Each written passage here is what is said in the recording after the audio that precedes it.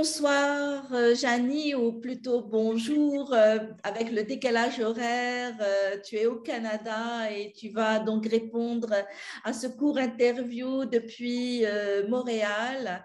Donc, ravie de te recevoir pour cette interview, chère amie. Merci beaucoup, Sana. Merci beaucoup d'avoir pensé à moi, malgré le fait que je sois de l'autre côté de l'Atlantique. Ça me fait toujours plaisir de rencontrer des femmes formidables d'un peu partout dans le monde. C'est vraiment un privilège pour moi. Merci beaucoup. Ben, écoute, Janie, comme tu le sais très bien, puisque tu fais partie des speakers et des panélistes de la deuxième édition de Né pour briller, ben, nous sommes juste à la veille de cet événement qui est dédié aux femmes pour les aider à assumer d'être femmes et oser prendre leur place et gagner en influence.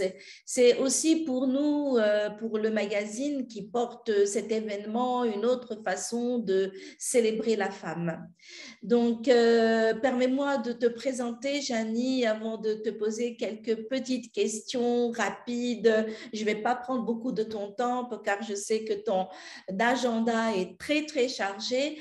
Donc, Janie Duquette, tu es avocate, tu es animatrice radio, tu es chroniqueuse télé, entrepreneur et depuis 7 ans, tu te spécialises en leadership féminin et tu aides les femmes à découvrir leur réelle puissance.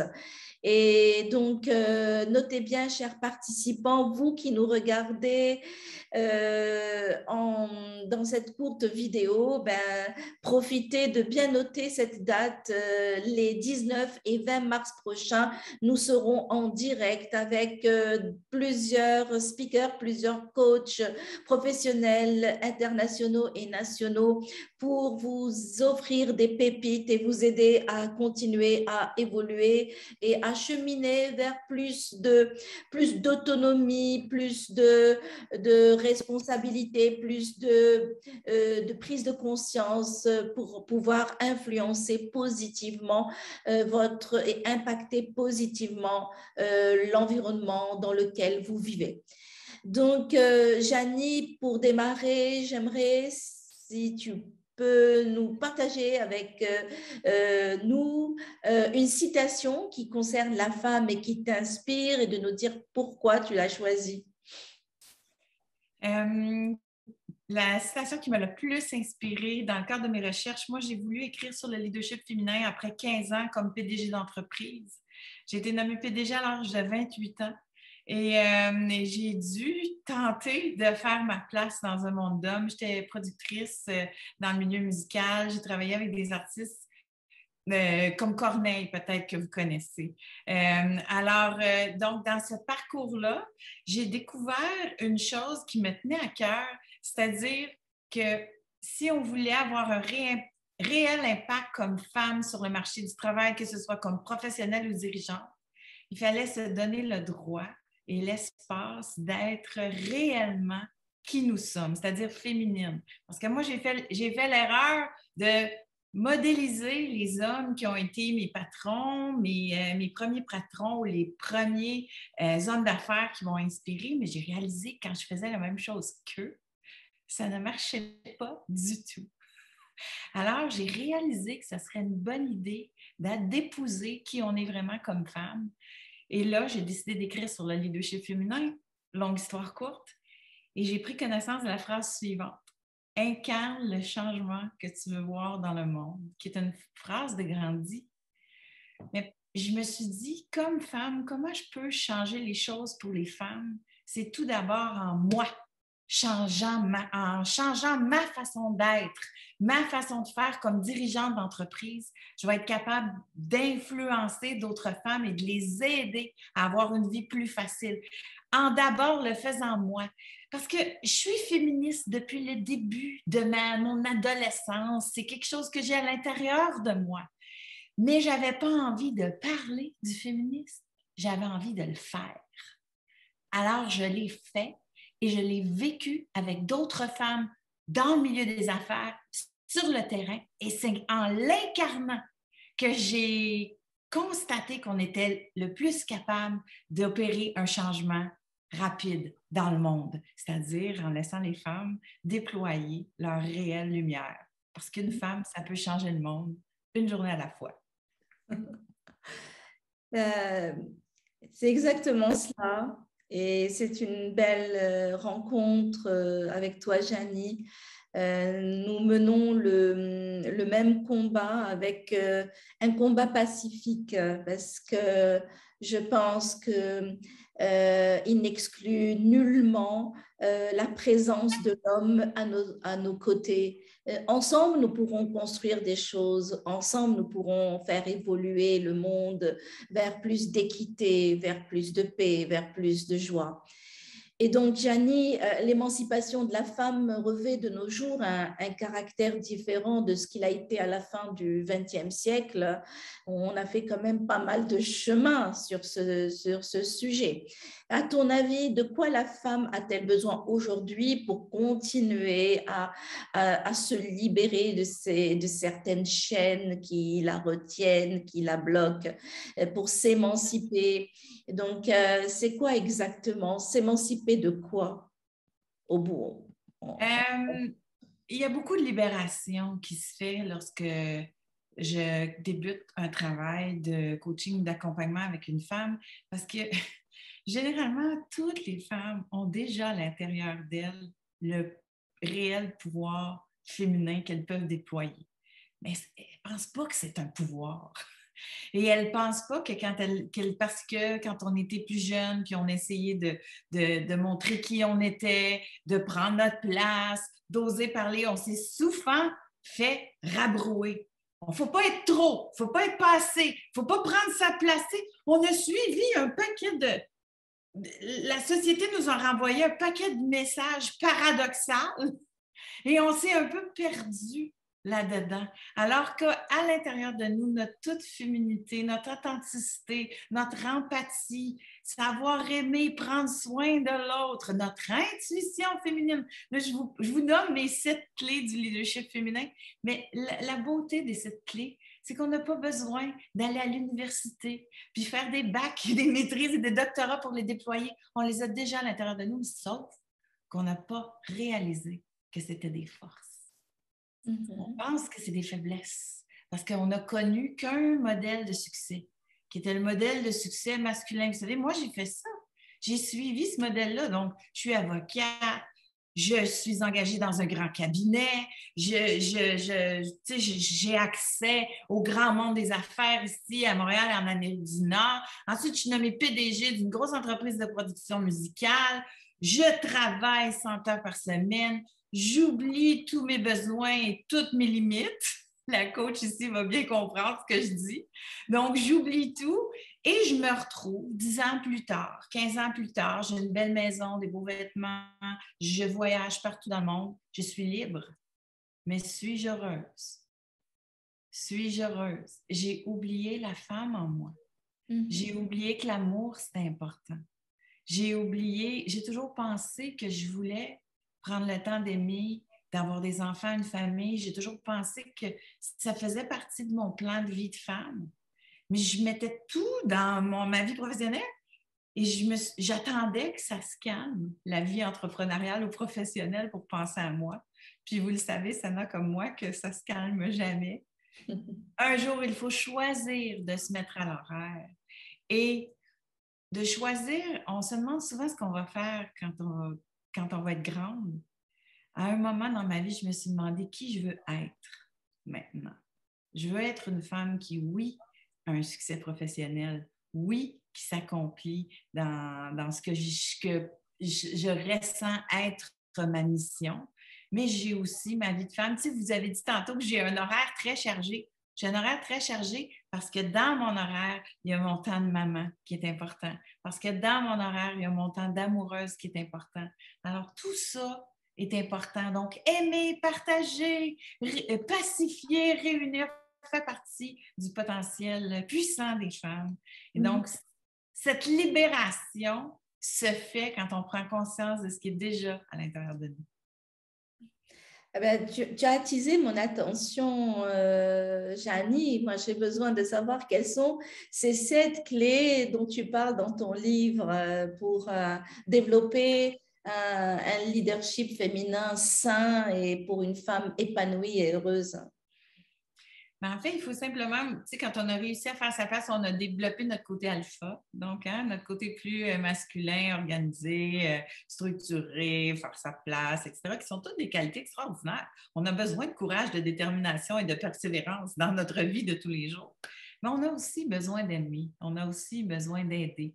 Donc, quand j'ai pensé aux 7 clés du leadership féminin, je les ai choisies d'ailleurs. J'ai choisi des clés qui m'ont aidé pas juste à accéder au pouvoir. Ils m'ont aidé, une fois rendu en poste de pouvoir, à me démarquer, à le garder parce que j'étais une des premières femmes dans mon domaine. Je ne percevais pas l'industrie comme les autres. Je trouvais les artistes avant les autres. Vous savez, Corneille, je n'aurais jamais été capable d'avoir un contrat avec lui.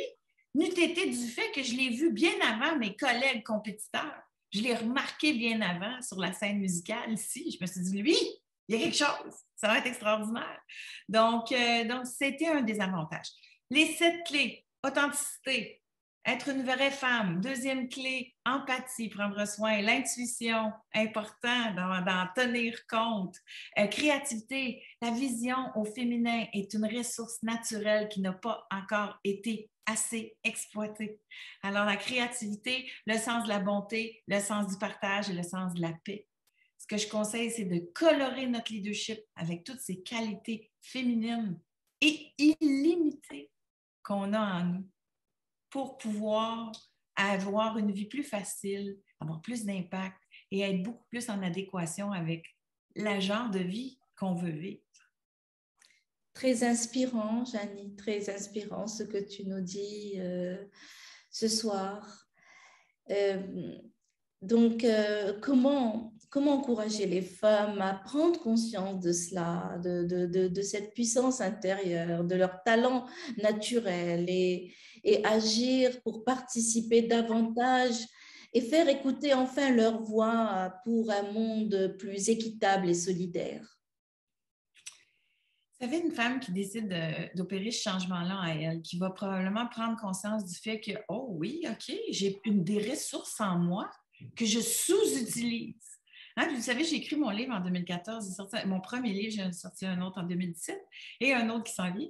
Mais quand je l'ai proposé, je parlais de commerce équitable, j'essayais de voir le monde des affaires avec un œil plus féminin. Alors, je proposais une participation au profit des employés, prendre soin des gens, être éco-responsable. Ce sont tous des concepts qui allaient, selon moi, qui allaient de soi quand on regardait l'entreprise comme un citoyen plus conscient et plus féminin. Donc, prendre soin de ses employés, prendre soin de son environnement, prendre soin de sa vie à soi. Un être heureux performe mieux. Donc, on vit encore dans des paradigmes sur le marché professionnel qui sont appelés à changer, non pas juste du fait qu'il y a plus de femmes sur le marché du travail, mais qu'il y a des milléniaux qui n'en ont rien à cirer de travailler 100 heures par semaine et de se tuer à l'ouvrage. Bon, bref, il va y avoir énormément de changements qui vont s'opérer par notre prise de conscience et notre prise de pouvoir. Mais qui dit changement, dit résistance. Alors, les femmes ont besoin de quoi? D'alliance, ont besoin de s'allier entre elles et de se supporter entre elles. Vraiment, en affaires, il y a beaucoup de femmes qui ont avantage à s'allier entre elles. C'est pas vrai qu'on se backstab. Hein? Avez-vous souvent, les femmes disent les femmes sont dures avec les autres femmes, les femmes sont dures avec les autres femmes. Savez-vous comment j'explique ça? Un être blessé blesse les autres. Hurt people, on dit en anglais.